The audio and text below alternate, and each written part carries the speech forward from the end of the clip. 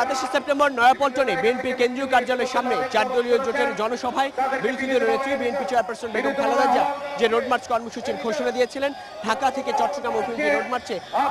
এই পোলো গ্রাউন্ডের জনসভার মধ্য দিয়ে সেই কর্মসূচির সমাপ্তি করবে এবং পোলো গ্রাউন্ড মাঠে এই জনসভায় বেগম জিয়া সরকার বিরোধী নতুন আন্দোলন কর্মসূচি ঘোষণা করবেন বলে ইঙ্গিত দিয়েছেন। এখন অপেক্ষা বেগম জিয়া কি ধরনের কর্মসূচি দেয় আগামীর জন্য।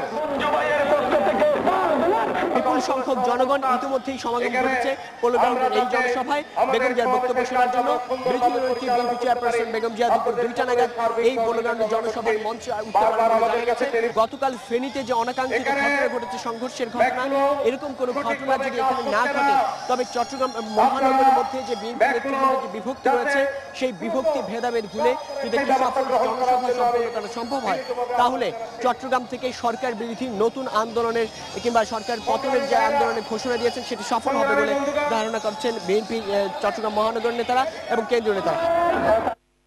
এদিকে সমাবেশকে কেন্দ্র করে